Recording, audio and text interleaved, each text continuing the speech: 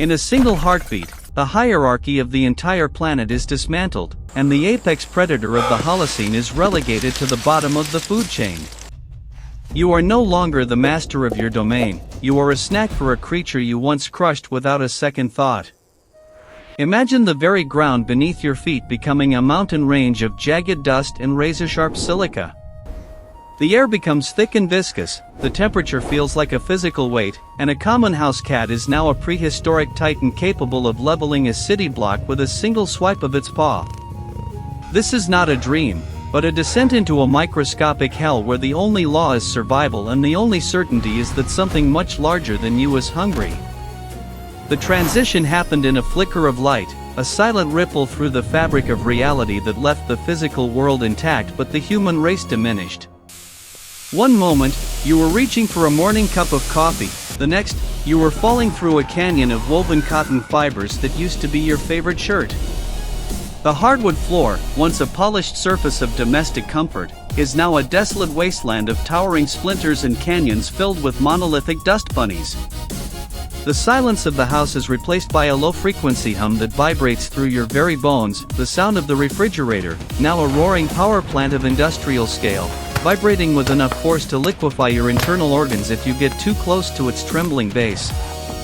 Every heartbeat of the small dog in the next room sounds like a rhythmic, subterranean thud, a reminder that your protectors have become your greatest accidental threats.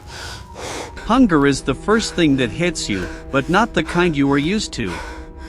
At this scale, your metabolism is a furnace that burns through energy at a terrifying rate. Your surface area is now massive compared to your volume, and every breeze is a polar gale threatening to sap the life from your tiny limbs. You look toward the kitchen, a distance that would have taken 5 seconds to walk, but now represents a cross-continental trek through a jungle of chair legs and discarded crumbs. Even the air feels different, more resistant, as if the atmosphere itself has thickened into a semi-liquid soup. You see a man a few yards away, clutching a jagged piece of a staple like a broadsword. His name is Rowan, a neighbor you barely ever spoke to. Now, he is the only person who can help you cross the expanse of the rug. He points toward the shadows under the sofa, his eyes wide with a primal terror that transcends language.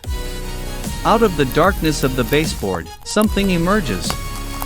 It moves with a mechanical, clicking precision that defies human grace. It is a common wolf spider, but to your eyes, it is a fur-covered nightmare the size of a school bus. Its 8 eyes reflect the dim light like obsidian mirrors, and its pedipalps twitch with the anticipation of the kill. There is no negotiating with this monster. There is no weapon in your hand that can pierce its chitinous armor. Rowan screams as the spider lunges, its movements so fast they are a blur of black bristles and segmented legs. You scramble beneath the safety of a fallen receipt, a massive, crinkling sheet of white parchment as the spider pins Rowan to the floor. The sound of the struggle is followed by a wet, crunching noise that will haunt your nightmares for as long as you survive. The insects have realized the change. They have always been the true masters of the earth, outnumbering us millions to one, held back only by the footfalls of giants. Now, the giants have fallen. The journey to find other survivors is a gauntlet of biological horrors. You find a group of 4 people huddled near the leg of the dining table. They are led by Sarah, a former schoolteacher who now holds a sharpened toothpick with the grip of a seasoned warrior. Her clothes are tattered, and her face is etched with the fatigue of a soldier who has seen too much. She explains that the ants are the real problem. They are no longer pests, they are a disciplined, hive-minded army of armored knights. They communicate in chemical signals you cannot understand, but their intent is clear: to gather resources for the colony, and you are the newest resource. You watch as a scout ant, a glossy black tank of an insect, circles the table leg. Its antennae whip through the air, sensing the salt of your sweat. Sarah signals for silence. If the scout reports back, hundreds more will follow, and there is no fortress on this floor that can withstand a swarm. Every raindrop falling from a leaking pipe in the kitchen is now a watery mortar shell. You watch from a distance as a sphere of water impacts the floor near a stray survivor. The surface tension is so strong it doesn't splash, it engulfs. The man is pulled into the liquid orb, his limbs thrashing against a medium that has become as thick as gelatin. He cannot break the surface tension from the inside. He drowns in a perfect, shimmering tomb of liquid, a casualty of physics that used to be a minor inconvenience. In this new world, gold and silver are worthless.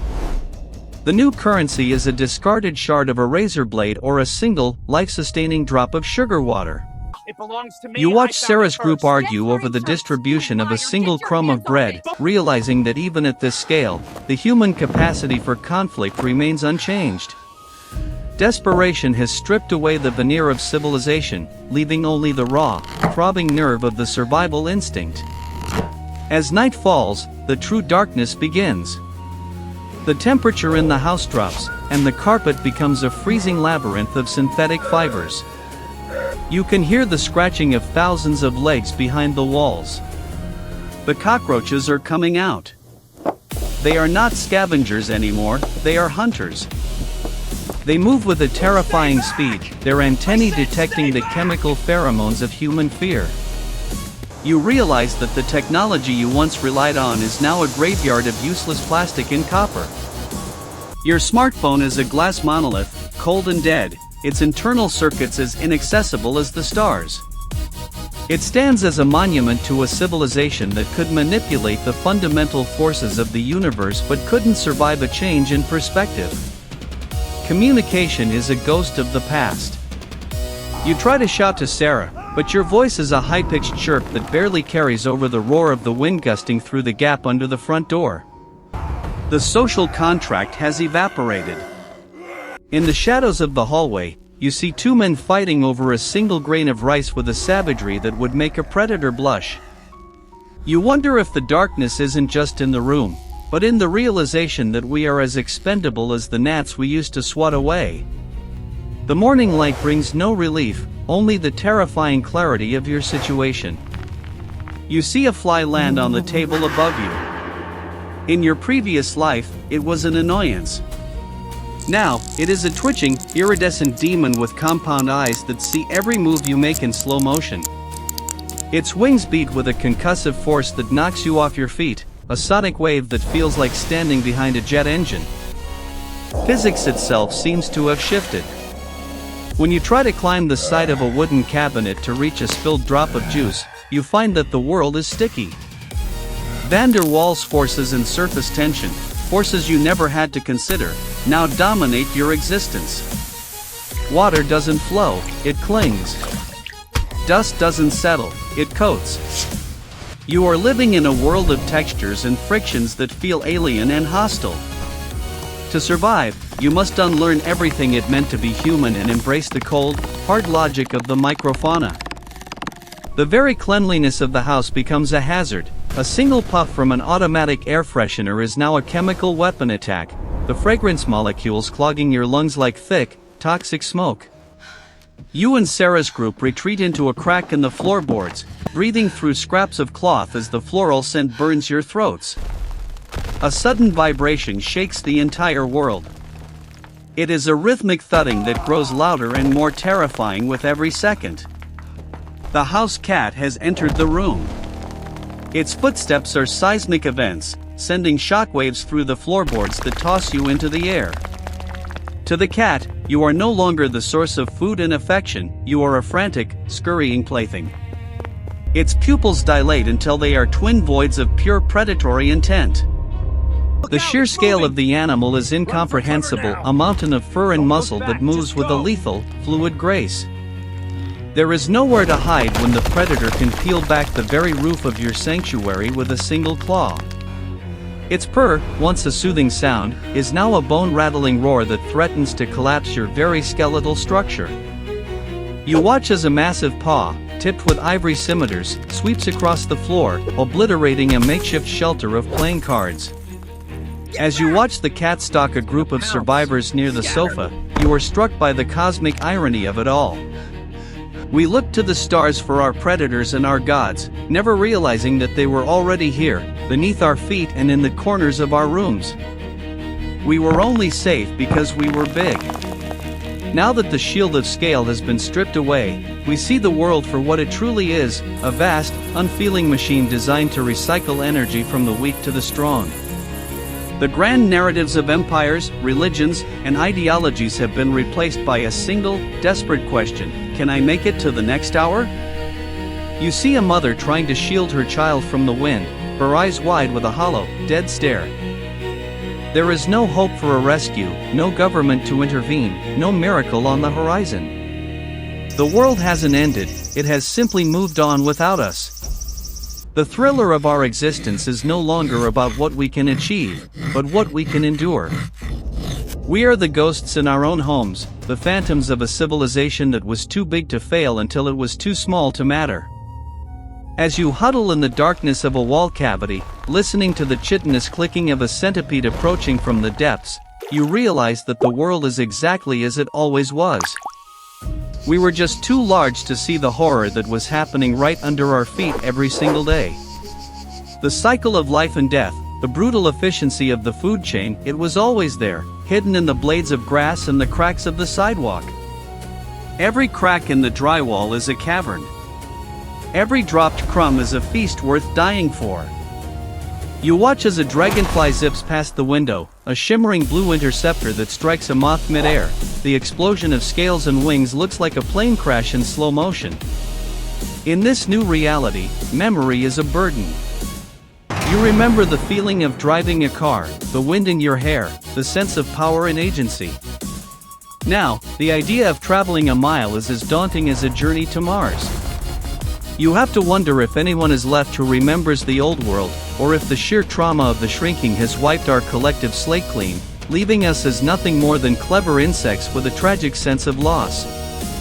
As the sun begins to set, casting long, distorted shadows across the kitchen floor, you see the ants returning to their colony.